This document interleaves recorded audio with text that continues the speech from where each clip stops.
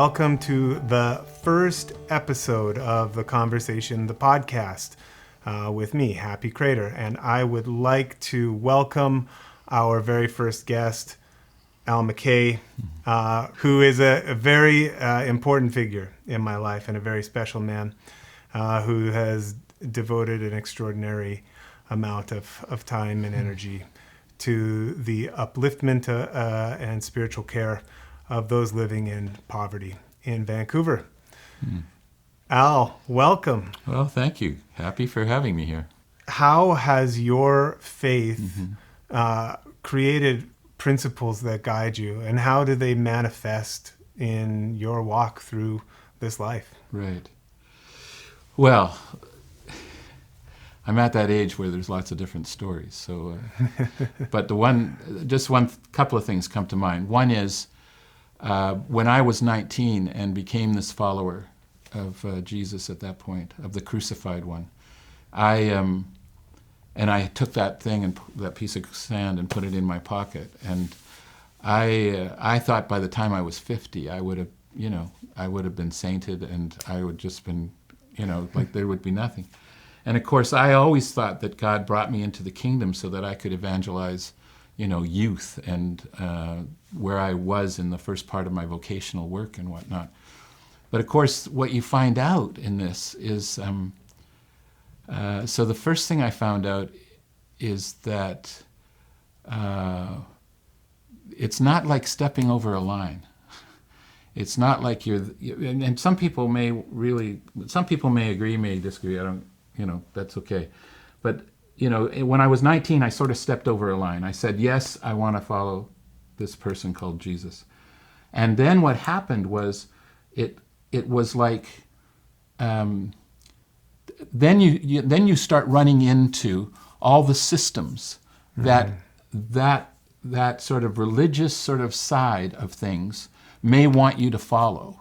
And some of them are good. I mean, some of them have really helped people and stuff.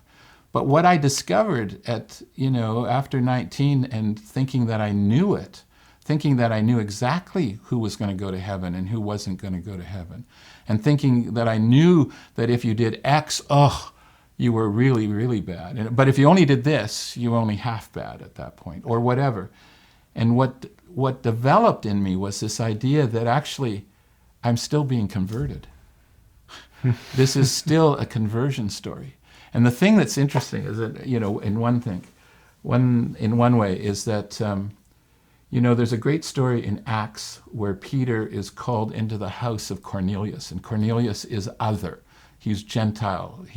And Peter is a Jew who's become a Christian at that point and is being called into this place. And in fact, Peter has a dream, first of all. And in the dream, all this food comes down, which he cannot eat because he's a Jew. And we think about this story, lots of people think about this story as the conversion of Cornelius, because he's the one in the end who sort of, his whole family becomes. But the interesting thing is that who's really getting converted is Peter, right? Who's really getting converted are the people who think they know at that point. And my hunch is that throughout my life, I've tried to hear that voice which sort of says, how is this actually for you at this point? Like it's not them trying to get better, let's say, but how is this for me? And in many ways, that's stuff that I struggle with on a daily basis, of trying to figure out how does this actually, because if it's not working for me, then why am I even in this? Right? Yeah. On one level. Yeah. And so that's one of the things that pops into my head. I mean, these are, I see my faith still trying to figure out what it is. Right. Still trying to figure out how do I treat my wife in all this, In other words, what I'm sort of hearing from that is that the principles that sort of manifest for you is this constant examination of how you are being guided to move through the world in some sense. Right. And it really resonates for me because often when people ask me about what I'm doing in the downtown east side, I say I am generously hosted in that community, where I am allowed to heal my heart by participating in the healing of others. Yeah. And it's really, I identify so strongly Right. with the principle of allowing basically the something outside of me Right. to continue to shape me in a loving way. Right. One of the things that I say a fair bit these days when people ask me certain questions is that I think the goal for me at this stage in my life is to be authentic, Yeah. or at least to try to be authentic, right? Mm-hmm. And so to me that means, I don't know what your language qualifications are for here, but there's no BS at that point. Yeah. Like, I don't want to try to BS people into something that I don't particularly believe in. I want to try to be authentic to who I am. And that's with warts and all, because that's how we are. Yeah, right. And but for some of us, we sort of think we've got to get perfect, and then we can start working, or then we can be faithful, and then we can do X, Y, or Z. And I just believe that if I can try to be somewhat authentic in the moments that I have in the day, that's maybe not a bad way to try to work my faith out. Absolutely. And because that reads, it does. You can tell when somebody's being authentic with you, right, or when they're trying to swerve you, and especially on the streets. Exactly. Someone's ability to read another person's never better than on the streets. How long were you doing your chaplain service in the downtown? I started as a volunteer with the former chaplain in 2007. And then I left chaplaincy in the downtown east side about 2019, the beginning of the year maybe, or a little bit, maybe even at the end of 2018. Right. And you extended an invitation for me to sort of succeed you. Yeah. Well, we were doing a memorial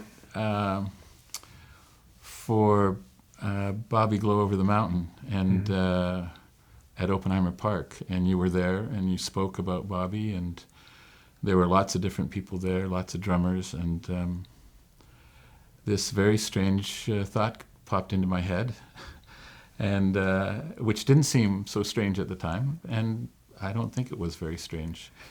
And that was, I said to you, had you ever thought about being a chaplain? And you went on talking. Like you always do with people, Happy. I just need to tell you, no. You did this about 360 turnaround, so, a full circle to come back, and in about 30 seconds later, and just said, "What did you just say?" And I said, "Have you ever thought about being a chaplain?" And then you said something like, "Why would you ever ask me that question?" I said, "What about my spirituality?" Yeah, is that what you said? Okay. Well, I don't know if I answered that. We'd known each other enough for you to know that I'm rather non-traditional. Yeah, well, the way I think I answered that question was, I saw the way that you related with the people. And I said it reminded me of the way Jesus relates to people in the New Testament. And I thought, that seems to me to be the number one thing that you need to be a good chaplain with, is to be able to relate and to be able to be with people of all, not to be discriminatory. Well, this to me speaks volumes about your faith and faith and spirituality, and how we discover / create meaning for our lives is central to this series of conversations. And so I was raised in a family that I found to be pretty rigid, rigidly dogmatic. And so, but for you to say that the relationship, that what you observed in the way that I cultivated relationship with others, that was somehow central to what faith or spirituality means to you. Could you say more about that? Sure. Well, I came out of a pretty nominal Christian home. My grandmother was a grandmother who prayed for me, and I was thankful for that as after the fact, let's put it that way. And so when I was about 16, I went into my principal's office, maybe 17, not because I had to, but I had this one nagging question. And I went in and I asked him, I think it was Mr. Nixon at Van Tech, and in 68 or 69, and he said, "What's wrong?" I said, "Well, I'm just trying to figure out why is grass green?" And he looked at me and he said, "Al, in about a year, it won't matter to you. Just sort of hang in there." Well, I had some other friends at the same time who were part of a youth group out of Beaconsfield United Church with a lady who was about 40, 45 who led it, who was older. I mean, for all of us, seemed quite old. And they basically gathered around me. And they didn't push me. They didn't smother me. They just were with me. And it's amazing if you go through some of the New Testament and you just look where it talks about Jesus was with them. And in that, well, then on one day in the summertime after we got out, I must have just graduated out of high school, and her name was Mrs. Green, and Mrs. Green said to this crowd of about 30 kids in her living room at Beaconsfield, said, "Some of you might like to become Christians tonight."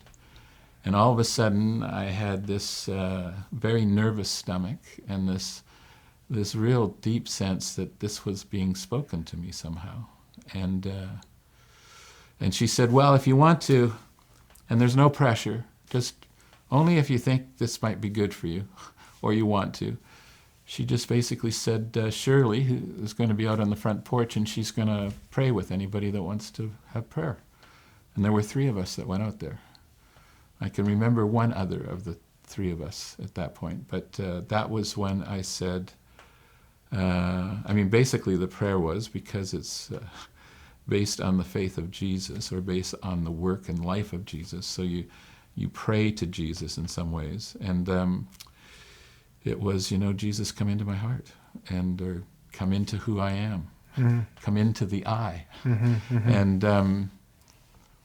And I had an experience that night that was very strange, which I had never had before. And when I got home, I'd had a good night. Everything went well. It wasn't like, I didn't feel like lightning had come down or a big weight had gone off. The relationships went on. We had good conversations. And I went home, and as I entered my basement bedroom, I just sensed that everything in the room was alive. That there was if it was visual, I think it would be that everything was, had a vibration to it. And I didn't, and again, I didn't particularly know why that was happening or whether this was directly related somehow to what happened before. But I, over the years, have just received it as gift, in the sense of, it didn't make me afraid. It didn't make me think of all the shame that I had. It didn't make me, it just was there for a little while. And at some point I went to sleep at that night. Right. And so you had the sense that everything in the room was alive, and so were you. Mm-hmm. And would it be fair to say that all these living components were pieces of some larger one thing? Right. And I'm not sure, back then, because I was, it wasn't something that I actually jumped on right away and ran with, as like, you become a Christian, this happens to you, type of deal. It wasn't that. It was, it happened, I experienced it, and it wasn't that I forgot it. It was like that same night I had an interesting dream, which I remember to this day. And I was on a beach, and the beach was full of sand. And I picked up a piece of sand, a very tiny one, but I looked at it and I could see that it said, "God loves you." And so I thought, okay, that's one. I'll put it in my pocket. Now I have all the rest of the sand to look at and see what it says about God and about the Creator or about the other or the holy or whatever words you want to describe the flow of what this is all about. And of course, the interesting thing is that to this day, I still have to go back to this one and pull it out and look at it and says, oh yeah, I can't forget this one. Somehow the Creator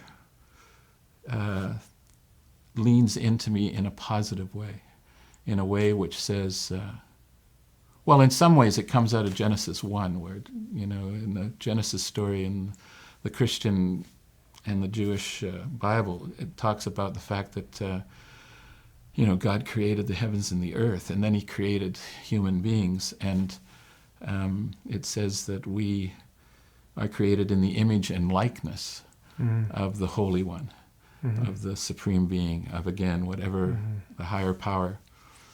And somehow this has become more of a foundational point, I think, in my journey at this point, is trying to understand and trying to learn how to see people not necessarily in the stereotypes that I might have because of my social conditioning, but more in the stereotype of this is someone who's created in the image and likeness of God. Right. This is the reason why you have memorials for people who nobody else wants to have memorials for. Because people who usually don't want to have memorials for people in the downtown east side is, for some reason, they sort of think that we have it all within ourselves to pull ourselves up and to leave that place and change somehow. And it's quite jarring to think maybe this is where God has allowed them to be. And I'm not saying, therefore, you just leave them and you don't do anything and you don't help them and all that sort of stuff. But somehow we've had this, especially some of the folk that I've gotten to know over the years have felt like we take somehow Jesus to the downtown east side. And of course, I've always said that you never take Jesus anywhere. You actually discover where you're going, where Jesus is. In other words, when you come down here, Jesus is somehow here already, or the Creator, or the flow, or the universe. And this is, I think, why which relationship is so central to questions of faith. And this is something I've learned from you. Actually, in your memorial services, often you would say, the essence of the Creator is relationship. Yeah. And something I always will say, just in conversation, even with friends or something, is like, there's something we understand at a memorial. When you see the slideshow of the deceased's life, it's not a photo of the bank account or the car or the house. Yeah, great line. It's photographs of relationships. Yes. Here is the deceased with her child or with her mother, or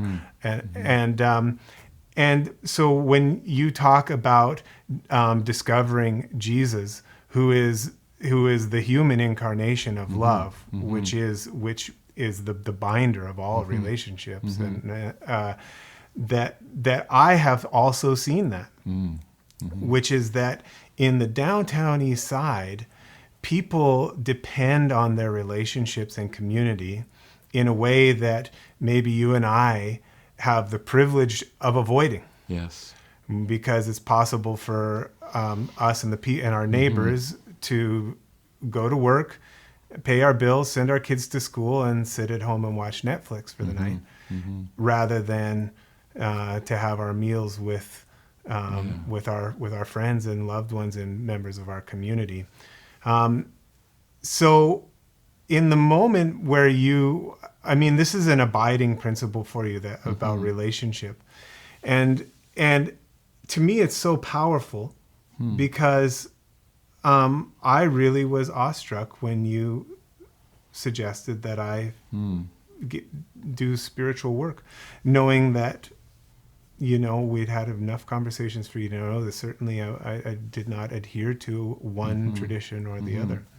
And so can you tell me something about the relationships that you have cultivated It's particularly in your work doing ministry in the downtown East Side. Because I know that was a big part of also the transition. Well, I think that one of the things that I discovered later on, I did take.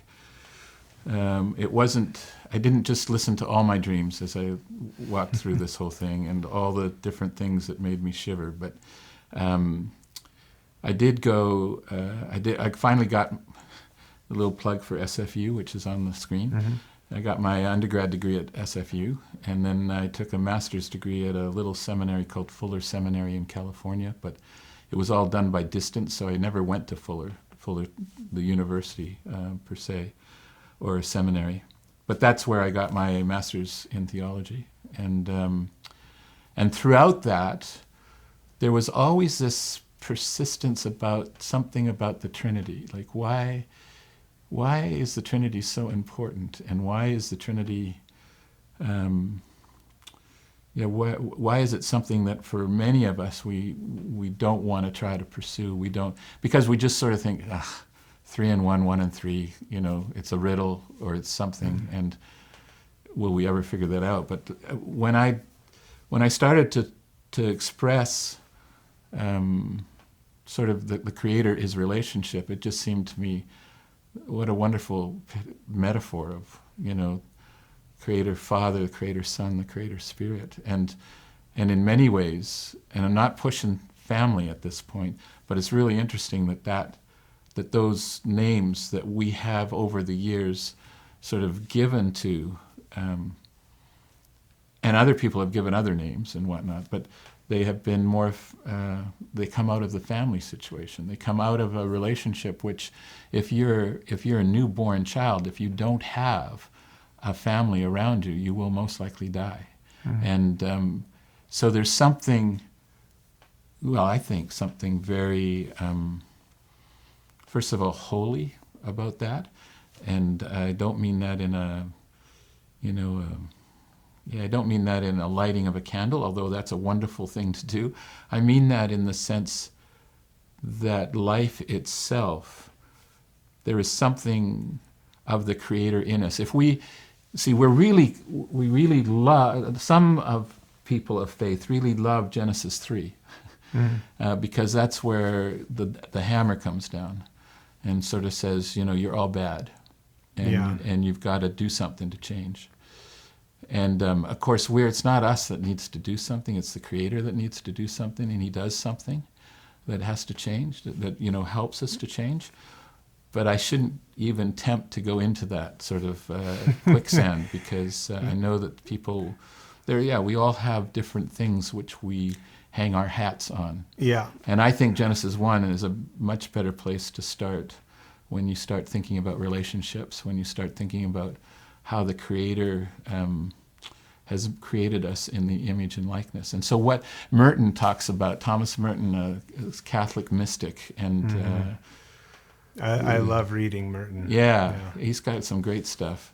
And a very unfortunate death, being electrocuted in 1968, I think, in a conference he was speaking at in Thailand or someplace. And anyways, but Merton has this, just this great way of presenting relationships as being the key to much of our lives, just in all the different ways that. So it's,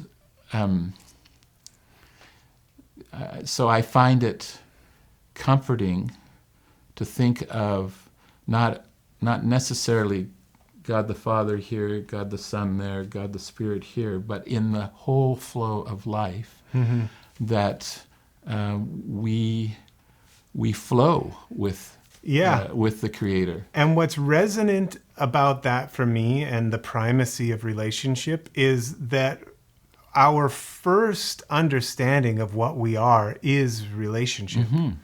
And it's only as we mature and begin to undertake that ego journey of self that we begin to understand that it's in some ways a misunderstanding, but that we are a separate thing. Mm-hmm. It's the leaving of the garden, actually, Yeah. which is that, and you're cultivating this identity, the sense of self, but ultimately, I think it behooves us to return to an understanding that we are relationship first, and this individual self accompanies that understanding more than it leads the way. Because who are you? Who are you if you're not loved, if you're not sharing love, if you don't give and receive love? Certainly, we wouldn't be sitting here having this conversation if we had not been loved into being.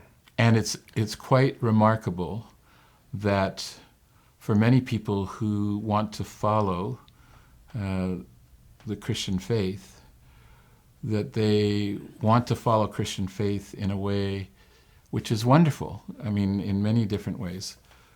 But, Jesus really only says there's one place to find him. And that one place is in those who are on the outside. They are the downcast. They are the lepers. They are the ones who are sick. They are the foreigners. They are the ones, because in a not even a very good sort of overarching way of saying it, but in many ways, the First Testament in our Christian Bible talks about the fact that you earn your way somehow into. And that's most likely really not the right way to say it, but you somehow, you follow the rules, and at the end there could be this situation where you will have this continuing relationship. But of course, as a parent, I've often thought, because when I was, when we had first got kids, we were in a much stricter sort of place. And it was all about, make your kids, make sure they follow you, make sure you have a proper stick to hit them with. No, Right. literally. Oh, and all that. And what we discovered, of course, is that that our daughter now, who has we have two grandkids, she's decided she's not using a stick. And she's deciding to try to use some other things along with her husband. And I look at our grandsons and I think, this looks like a lot better way. And somehow we were told, when we were in that age of being new parents, that there was certain biblical principles you had to lay down and you had to be hard with. And the idea of love, it was there. It was always there. Yeah, there's love. But hey, this is what it says in Proverbs, or this is what it says here. And I just think that God is much bigger than what we might think are our major principles in some ways. Well, I think also, too, that there's a human tendency to adhere to the letter rather than the spirit. And the Buddhists say that the finger pointing to the moon is not the moon. And I think, though, there is a temptation and there is a way in which it's common in some of the major religions to adhere to, it's important how you dress, it's important what you read, what you think. But for me, all of these traditions are most beautiful when they are not being imposed from above, but when they are allowed to support from underneath and say, here, it's this way. Right. Not with a crack of a whip, but with a gentle pointing of the finger. Right. I wanted to also ask you that, as someone of a Christian faith and tradition, so much of your work on the streets are with people who are not necessarily of that tradition, as we know, like the three sort of major faith groups that I encounter in the downtown east side, although I do encounter a myriad, but the three major ones are Christian, people drawing from a First Nations tradition, and atheists. Right. And so how did you find it was to, as someone whose foundation is of a certain faith, to be with and serve people of multiple traditions and faiths? Well, I think it goes back a little bit to this idea that where Jesus says you find him is in the least and in those that really are outside. And part of that is to identify who are the least and in what part of our lives do we feel the least. Mm-hmm. And I think about the way that I tried to work, say, at Men's Wellness, or the way I worked a little bit at On-Site, or reading poems, reading our lives, things like that, was always that what was important in my eye was that people were able to express something of their own journey and something of who they were. And so when we would read Bud Osborne's poems and we would read the spirituality of the Binner and find out that the Binner was someone who looked at a pile of junk and thought, there's something precious in here. That in fact was great for people to hear, whether they thought that God had ever thought they were precious or not. I mean, in the sense of that they'd ever even thought about that. The other thing that would happen is that I would tell people, they'd say, well, I don't want to have anything particularly to do with God. And I would, not in a negative and not in a confrontational way, but I said, I would most likely say something to the effect of, well, friend, the interesting thing is that he actually, I think, really has already been involved in your life. And it's not really about you seeking and going out after him. It's about you realizing that he's already been here. And these are conversations that have happened, and you understand this, Happy. They happen over, for me, over 10 years to 13, 14 years of doing this work. And so I love On-Site in that sense that people are eagerly welcomed back in because there's always more chance for more dialogue. And I also love it because many of the people who come into On-Site and other places came out of the Portland system and their hotels. And so I got to know people in different places. And so I returned to this idea that, I want to try to see people created in the image and likeness of God. And if I can stand there, if I can be there, if I can do that, then I don't have to do anything, to be quite honest. I just have to be there. I completely relate. And in the sense that we are made in the image and likeness of the Creator means that we are also creating.